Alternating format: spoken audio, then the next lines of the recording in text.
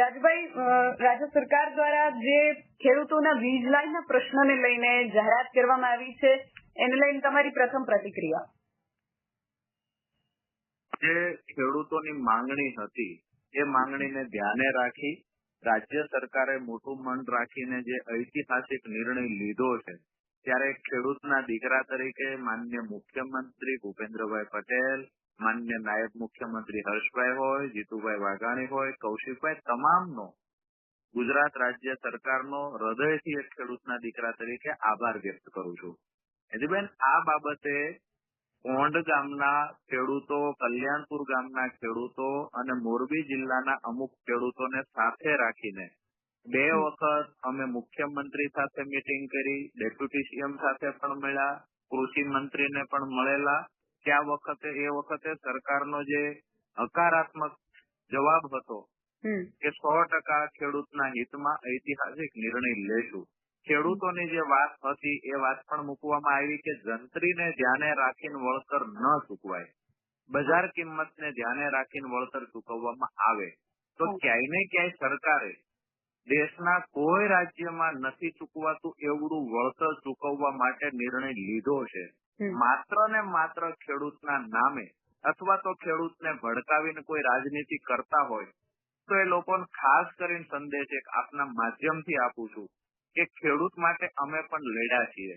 ખેડૂતને ક્યાં કેટલું વળતર કેવી પરિસ્થિતિમાં મળે એ બાબતે ખરેખર ખેડૂતને માહિતગાર કરવાની જગ્યાએ દરેક જગ્યાએ ખેડૂતને ઉશ્કેરવા એના કરતા ખેડૂતને કેટલું વળતર મળશે અને સરકારે જયારે MRC ની રચના કરી એટલે કે માર્કેટ રેટ કમિટીની રચના કરી, બજાર કિંમતના 30%, 45% અને 60% વળતર જે ચૂકવવાની વાત કરી છે, તો રાજ્ય સરકારનો ખરેખર હૃદયથી આભાર માનવો જોઈએ. મારું સ્પષ્ટ માનવું છે કે 100 મીટર કરતા વધારે જે ખેતરની લંબાઈ હશે, બરાબર છે, એ વિસ્તારની અંદર 50 લાખ આસપાસનું વળતર ખેડૂતને મળશે.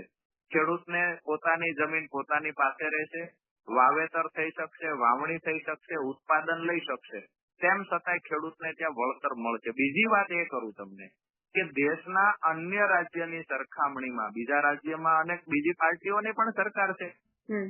તો આજે વિરોધ કરનારા લોકોને કહીએ તમારા રાજ્ય જ્યાં સરકાર છે, દાખલા તરીકે કર્ણાટકમાં શું સ્થિતિ છે, તો જંત્રીના 15% કોરિડોરમાં અને જંત્રીના 85% વળતર કોલમાં મળે છે. તો આ 85% અને 15% એ તો ખૂબ જૂની પોલિસી હતી. ત્યાર પછી તો ગુજરાતમાં 2 પોલિસી ચેન્જ થઈ. તો મને એવું લાગે છે કે જે ખેડૂતોની માંગણી લઈને અમે સરકારને મળ્યા હતા તો 100% સરકારે ખેડૂતના હિતમાં નિર્ણય લીધો છે. બીજી વાત કે વળતર જે પહેલા ચૂકવાતું તો કોલ ઉભો કરે એ સમયે 40% ચૂકવાય, ત્યાર પછી કોરિડોર નાખે ત્યારે 40%, ત્યાર પછી 20%, એટલે 1 વર્ષ 1.5 વર્ષ જેટલો સમય પસાર થઈ જતો. સરકારે એ પણ નિર્ણય લીધો કે એકી સાથે ખેડૂતને 100% વળતર ચૂકવવાનું છે. એટલે ખેડૂતને આ જમીન તો પોતાની પાસે રહેશે, બાજુમાં કોઈ જમીનની ખરીદી કરવી હોય તો પણ 50, 60, 70 લાખ રૂપિયા જેવડી રકમ ખેડૂતને મળે તો બીજી જમીનની પણ ખરીદી કરી શકે. આજે જયારે સરકારે આ નિર્ણય લીધો છે તે ખેડૂતના દીકરા તરીકે વધાવું છું, આવકારું છું. અને જે લોકો ખેડૂત અને સરકારનું સમાધાન ન થાય એ માટે રોડા નાખતા એ લોકોને હાથ જોડીને ખેડૂતના દીકરા તરીકે વિનંતી કરું છું કે ખેડૂતોને વધારે વળતર મળે એ બાબત સરકારે ખૂબ પોઝિટિવ નિર્ણય લીધો છે. ત્યારે માત્ર રાજનીતિ ન કરીને ખેડૂતોના હિતમાં ફટાકડા ફોડવા જોઈએ, સરકારનો આભાર માનવો જોઈએ. જી. અને રાજુભાઈ, જે ખેડૂતોના ખેતરની અંદરથી વીજ પોલ કે પછી તાર પસાર થાય છે, તો પછી ભવિષ્યમાં જો એ તારના કારણે ખેડૂતોને અથવા તો એમના પાકને જો કોઈ નુકસાન થાય છે તો એને લઈને એમને કોઈ વળતર કે વીમાને લઈને આ જે જાહેરાત છે એની અંદર કોઈ સ્પષ્ટતા કરવામાં નથી આવી? ખૂબ સારો સવાલ છે.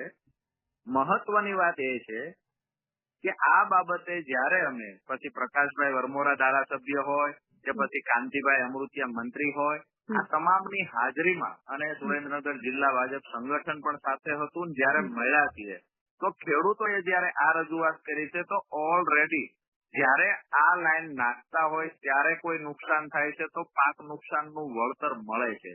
ત્યાર પછી માની લીધું કે કોઈ અકસ્માત ખેડૂતનો પાકને નુકસાન થાય છે તો એ પોલિસીમાં જ ઉલ્લેખ છે જૂની પોલિસીમાં પણ ઉલ્લેખ છે કે એ બાબતે ખેડૂતને જે નુકસાન થયું હોય, વીજ લાઇનના કારણે, કોઈ શોર્ટ સર્કિટના કારણે, અન્ય કોઈ અકસ્માત થાય છે અને ખેડૂતને પાક નુકસાન થાય કે અન્ય નુકસાન થાય, તેનું વળતર જે તે લાઈન નાખતી અથવા તો એની જે માલિક છે એ કંપનીએ ફરજિયાત ચૂકવવાનું છે.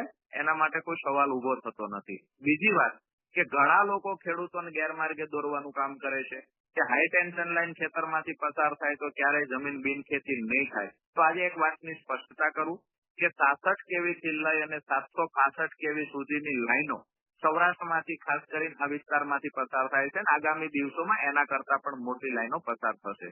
પણ અત્યારે જે લાઈનો છે તો 66 કેવીની લાઈન હોય તો પહોળો 18 મીટરનો પટ્ટો કોરિડોરની નીચે એને ન થાય આ માની શકાય. 765 કેવી લાઈન જે આજે જેસપરની વાત હોય, કોંડ કલ્યાણપુરની વાત હોય, જે પ્રશ્ન છે એમાં 765 કેવીની લાઈન હોય એની નીચે 67 મીટરનો પહોળો પટ્ટો એને ન થઈ શકે. હવે બીજી વાત, ઘણા લોકો એવો પણ સવાલ કરે કે એને નહીં થઈ શકે, 67 મીટર જતું રહે, પાછળ બચે શું? જયારે તમારું ખેતર તમે બિનખેતી કરો છો તો 40% થી લઈને 60% સુધી નગરપાલિકા, મહાનગરપાલિકા કે ગામડું અલગ અલગ જે નિયમો છે એ પ્રમાણે બિનખેતીના નિયમો મુજબ 40% થી 60% જમીન આમ પણ સરકારને આપવાની છે. તો સરકારે, ગુજરાત સરકારે એ પણ નિર્ણય લીધેલો છે કે આ જમીન બિનખેતી સમયે જે સરકારને આપવાની છે એમાં પણ એ જમીન તમે રોડ માટે આપી શકશો, એ જમીન તમે કોમન ઉપયોગ માટે પણ આપી શકશો. એટલે તમારી જે જમીન છે ફાજલ નહીં જાય અને એ જમીનનો પણ સદુપયોગ થઈ શકશે. એટલે ખાસ કરીને તમામ ખેડૂત આગેવાનો કે કોઈ રાજકીય પાર્ટીના આગેવાનો જે ખેડૂતોને ગેરમાર્ગે દોરે છે એમને વિનંતી કરીએ છીએ પૂરો અભ્યાસ કરો અને ત્યાર પછી ખેડૂતોને ખરેખર સરકારે જે નિર્ણય લીધો છે અભ્યાસ કરશો તો ખબર પડશે અને એ નિર્ણય મુજબ ખેડૂતોના હિતમાં નિર્ણય લેવાયો છે. અન્ય રાજ્યની સરખામણીમાં ખૂબ સારો નિર્ણય લેવાયો છે. તો ખરેખર સરકારનો આભાર એક ખેડૂતના દીકરા તરીકે, આગેવાન તરીકે ચોક્કસથી માનવો પડે. જી જી. અને રાજુભાઈ, જે રીતે આપણે વાત કરી કે અગાઉ 40-40 અને 20 એ પ્રમાણે તબક્કાવાર ખેડૂતોને વળતર ચૂકવવામાં આવતું હતું, પરંતુ હવે એક સાથે વળતર ચૂકવી દેવામાં આવશે.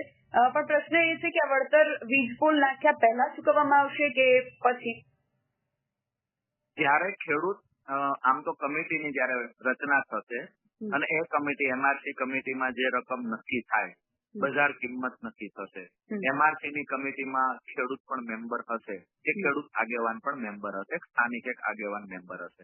એમઆરસી ની જે કમિટી છે એમાં જે રકમ નક્કી થાય એ રકમનું તરત જ, એટલે કે જે પહેલા ચૂકવાતું વર્ષ, 1.5 વર્ષ એવું નહીં, એવું કામ ચાલુ થશે. કામ ચાલુ થતાની સાથે એ વળતર ખેડૂતને ચૂકવી દેવામાં આવશે. જી. અને રાજભાઈ, એ જે પ્રશ્ન કે આ જે પોલ છે કેટલા સમય સુધી ખેડૂતોના ખેતરમાં રહેશે અને એ પોલના કારણે ખેડૂતોની જમીનની કિંમતમાં જો ઘટાડો થાય છે તો એને લઈને ખેડૂતોને અલગથી કોઈ વળતર ચૂકવવામાં આવશે કે કેમ? એને લઈને શું વિચારણા છે?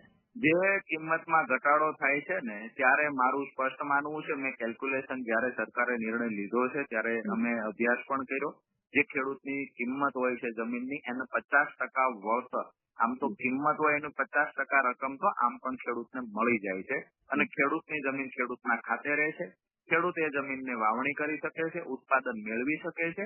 ઉલટાની આ રકમ આવશે એનાથી ખેડૂત વધારાની જમીનની ખરીદી કરી શકશે. એટલે કે ખેડૂતને જે વળતરની વાત છે કે આ પોલ નાખવાથી જે નુકસાન છે, પોલ નાખવાથી જે જમીન બગડે એ પોલ પૂરતી જમીન રોકાય છે, કોરિડોરની નીચે વાવણી થઈ શકે, પણ વળતર તમામ જગ્યાએ વળતર જ્યાં કોરિડોરની નીચેનું મળે છે, પોલનું મળે છે અને જે પાક નુકસાન થશે એનું પણ વળતર મળે છે. એટલે વળતર પેટે જમીનની જે કિંમત ઘટવાની આપણે ગણતરી કરીએ છીએ એને ધ્યાને રાખીને જ આ નિર્ણય લેવાયો છે અને ખેડૂતને વળતર ચૂકવાશે.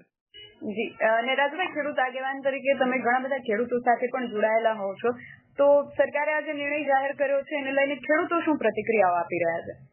ખરેખર જે ખેડૂતો સમજદાર છે એ ખેડૂતો ખૂબ ઉત્સુક અને ખરેખર ખુશ છે. હું ઘણા બધા ખેડૂતો સાથે, જે ખેડૂતો અમારી સાથે મિટિંગો કરતા, જે ખેડૂતોને અમે મુખ્યમંત્રીને મળવા લઈ ગયેલા, એ ખેડૂતોએ હૃદયથી ખૂબ આભાર વ્યક્ત કર્યો છે. અહીંના જે સ્થાનિક ધારાસભ્યો છે એમનો પણ, સંગઠનનો તમામ ખેડૂતો આભાર વ્યક્ત કરે છે. અને મારે તો કોંડ, કલ્યાણપુર ખેડૂતો સાથે લગભગ એવા 20 ખેડૂતો સાથે